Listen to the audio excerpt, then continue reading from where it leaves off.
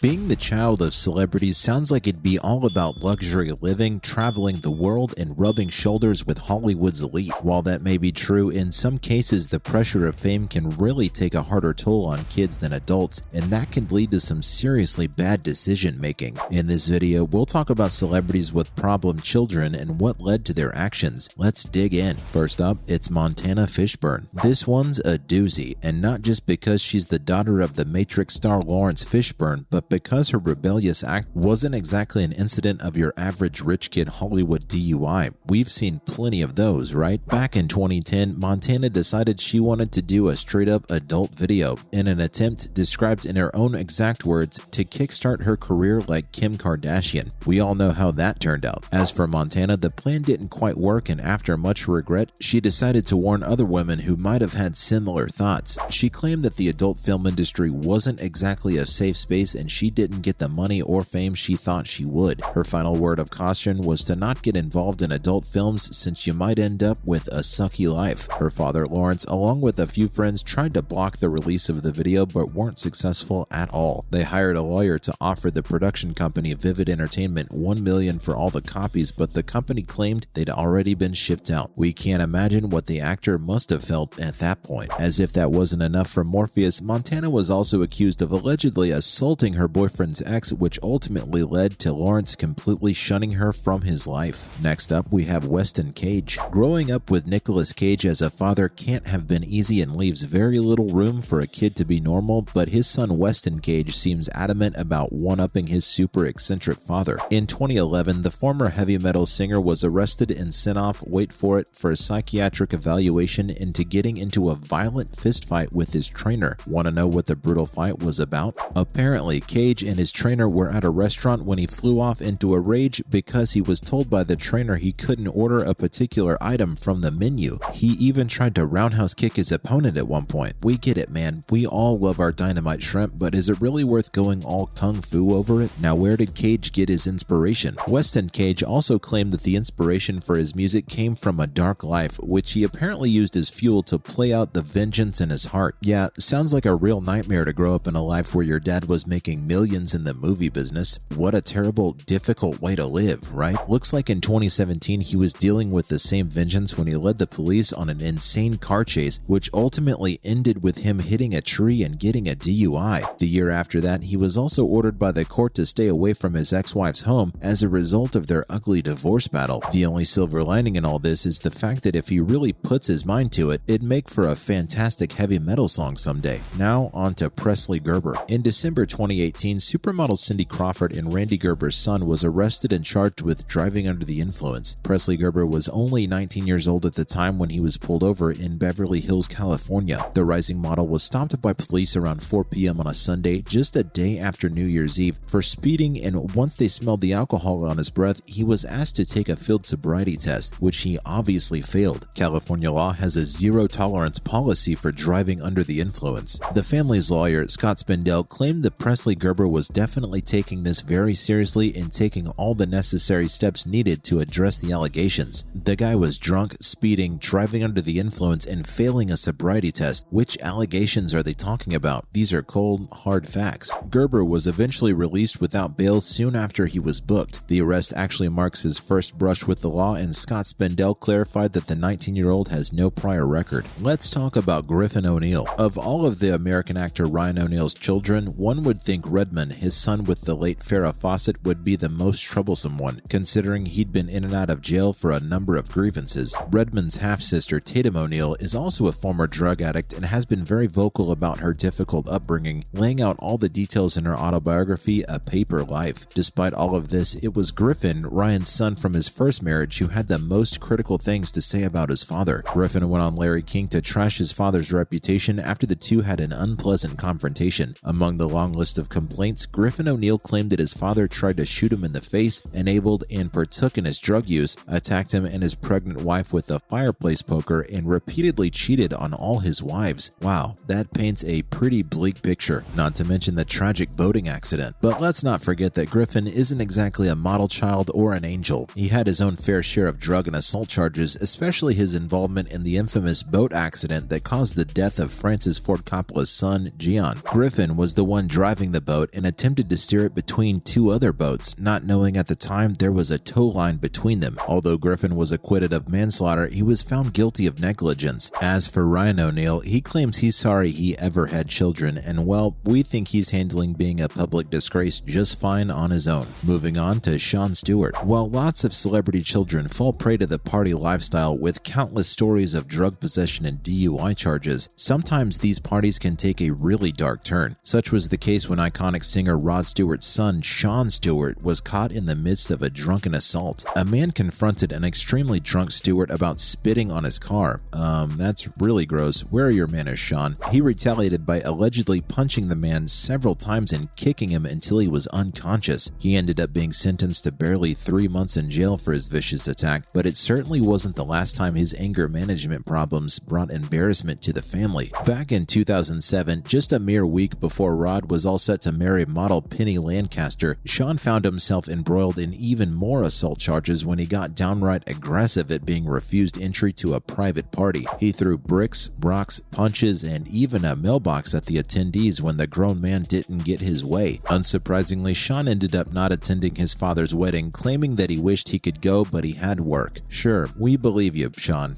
Apparently, Sean is sober now and making amends, moving forward in life, so we all just hope that he can stick to it for the sake of all innocent mailboxes everywhere. Finally, let's talk about Chet Hanks. Tom Hanks and Rita Wilson have 2 sons, and one of them is a rapper who goes by the name Chet Hayes. In reality, Chester Marlon Hanks is the son of 2 of the most recognizable celebrities in the world, and yet that hasn't stopped him from tarnishing the family name and getting involved in a number of inappropriate mishaps. Chet has openly threatened Howard Stern with physical violence, repeatedly dropped the N-word on Instagram, and even got his own parents sued for a car crash he caused. Yikes. In 2015, Chet Hanks rear-ended a driver named Terry Mugen, who subsequently ended up suing the rapper in 2016. Both the parents were named as co-defendants in the case. Mugen claimed he suffered both physical and emotional trauma as a result of the accident, and that Hanks and Wilson were to be blamed in part because they were fully aware of Chet's struggle with addiction. Chet was apparently under the influence at the time of the accident. Sounds like a real nightmare. Wrapping things up with Hanks and Wilson's graceful handling. A good thing in all of this is that the celebrity parents never gave up on their child and eventually got him on the straight and narrow after a stint in rehab. Chet is currently following in his parents' footsteps in the hopes of pursuing an acting career while keeping his sobriety in check. Well, we're glad at least this one got a happy ending. That's a wrap for this video. Do you have any thoughts about these problematic instances with celebrity children? Let us know in the comments below. Make sure to give this video a thumbs up and subscribe to our channel for more videos like this. See you in the next one.